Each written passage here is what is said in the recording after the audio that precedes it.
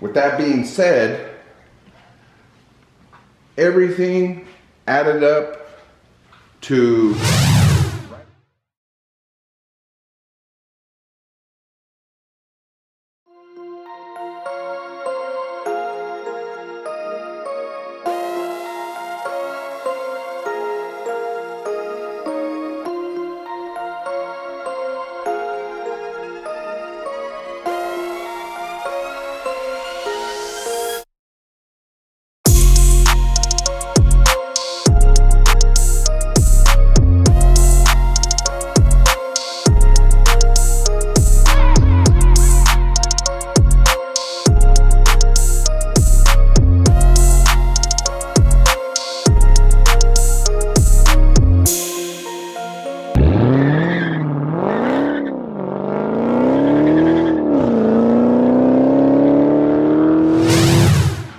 What's up, Fascato fam? You guessed it. We in the garage.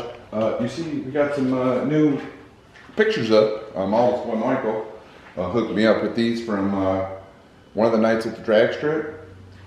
Those are awesome, man. Kind of sets off the garage, you know. But today's video is going to be about the build on the Hellcat. So I know a lot of people have been wondering what it cost to build a 1000 horsepower Hellcat. Now, granted, all of these costs are not directly associated with the engine.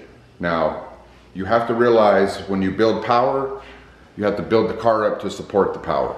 So, with that being said, we're going to kind of do a rundown of what I put in the car, how much it cost, how much the labor would cost, and then we'll add it all up at the end. So, as you know, we'll flip this around here. Look at the car. Let's see. So, as you know, we did the pulley upgrade. So, I went with the Hellraisin Litton's pulley. It's the same manufacturer that built the factory one. It has the built-in clutch, so it de-spools, so your supercharger's not just spooling all the time. So this pulley was right around $800. Shipping, everything was like, I don't know, probably around 820 bucks, something like that.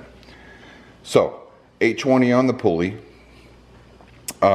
Injectors, 1050 ID injectors were with shipping, so those are about $1,100. 180 Mishimoto thermostat, which is really easy to get to on these Mopars, was I think roughly right around 50 bucks, 60 bucks. And then shipping, you know, I think was like $10. What else did we do motor wise? So when you do all of this, you have to pull this apart. So this requires a full gasket set. Is the only way that you can buy it from Mopar. And that gasket set is about $440 just for the gasket set. And we did the driveline. You remember that video. And the diff brace. So let's flip this around here. So we did the driveline and we did the diff brace. Man, I feel like I'm missing something on the build here. No, I think that's pretty much it. I did not do the lower pulley. You know, so we added roughly right around 4 pounds of boost to the car and only had to pull about 2 degrees of timing. So the tuning and dyno time is a lot of that expense too. So driveline, 1,000 bucks for the driveline. You got to have the driveline though to be this. Like once you start pushing this much power, you got to support it. The diff brace, that was about $240, I think. Easy mod, took out a lot of wheel hop, really made a difference on this car. Put it in ourselves, took about, go back and check out that video, took about 15-20 minutes. That was like super easy, do-it-yourselfer. The driveline was a little challenging, but labor. Engine modifications were probably, I would say, you're going to be looking at about $1,500 to get the engine work done that I got done. $1,000 to $1,500 depending on who you have do it. But you want to go to somebody that can really help you do it, or take it to somebody to do it. You know, me, I'm hands-on. I like doing a lot of this stuff with people. Shout out to Brian, really came through, helped me do that. Phoenix 426 Hellcat. You guys go check him out on Instagram. Be in AZ or somewhere else, you need something done, hop on over there. Labor-wise, to do the driveline and the diff brace, now we did do that ourselves because I had got a price on doing that. Labor on that was going to be about $600 to change those. You got to pull the whole exhaust system off. There's a lot of things involved with doing that drive shaft, so that was going to be about $600. But we did it ourselves, but that is a cost that you have to expect to do if you don't do that. Tuning. I went with HP tuners. With the tuning, I had to buy I bought an upgraded PCM. I did not want to mess with my factory one or delete it, so I bought a new PCM, and that was $1,000 with shipping. So bought a good PCM. You want to be able to tune these cars, you got to buy a PCM. So dyno time and tuning, the HP tuner I think is about $300, and that comes with the cable. You can hook it up, download it on your laptop. You can do all the tuning yourself. And then you have the credits that you have to buy, which are about $50 a piece. So I had to buy, I want to say 5 credits because I did the transmission and the engine tuning. So that was another $300. And then the dyno time and all the tuning was right around $1,000 to $1,200. I'm going to say around $1,200. So dyno time, but like dyno tune, like you know exactly what this car is doing. You know what you're gaining for the power. So, you know, with all the mods and everything that we put in here, you know, you guys go back, check out that video. You've seen the power we had going to the wheels with the 91 tune. You've seen the power we had going to the wheels with the 100 tune. The trans tune, like all that made a huge difference. So we're going to go through the list here. I'm going to add everything up, and I'll jump back in this video and we'll get that total, and then you know, you can know what to expect if you want to start doing this kind of stuff to your car, and we'll go from there. All right guys, so with all of that being said, you know, now granted, I saved a little bit of money here and there, you know, like I said, doing some of the things myself, like the drive shaft, you know, Michael helped me put that in, the diff brace, obviously Brian being a buddy of mine, you know, he helped hook me up, helping me do a lot of the engine stuff, but everybody's not going to have that hookup, and I understand that.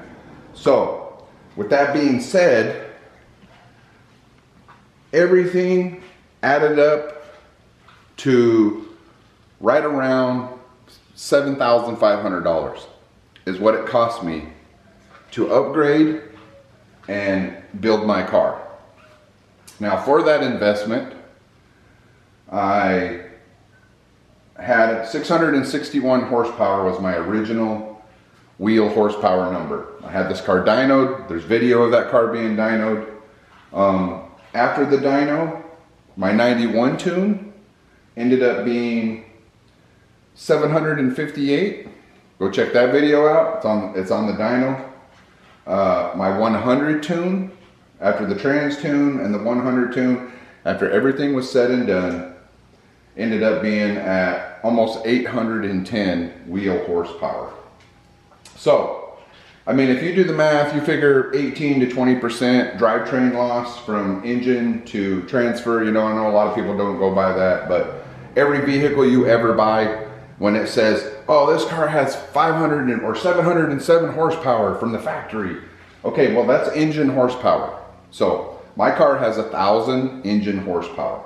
That's not what it's put into the wheels. but that's how much horsepower this car has for the amount of money that I've spent on it.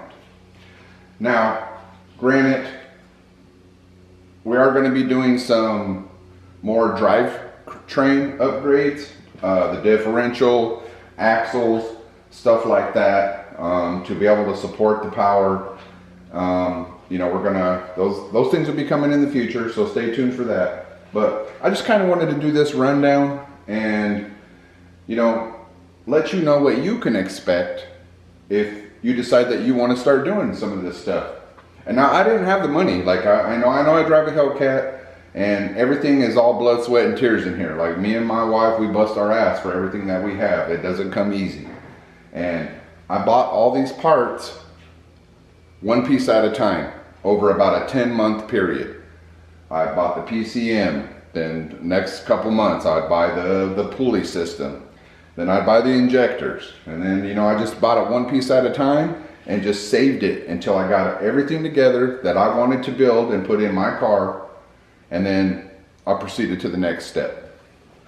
So with that being said, comment down below, let me know what you think. You know, I know a lot of people seen this car in Dallas. I know people have seen the track videos, people have heard this thing run, and I'm super happy with it. I mean, the next things are going to be pretty minimal that I do. I should be able to gain some horsepower off of them. We'll get into that later video.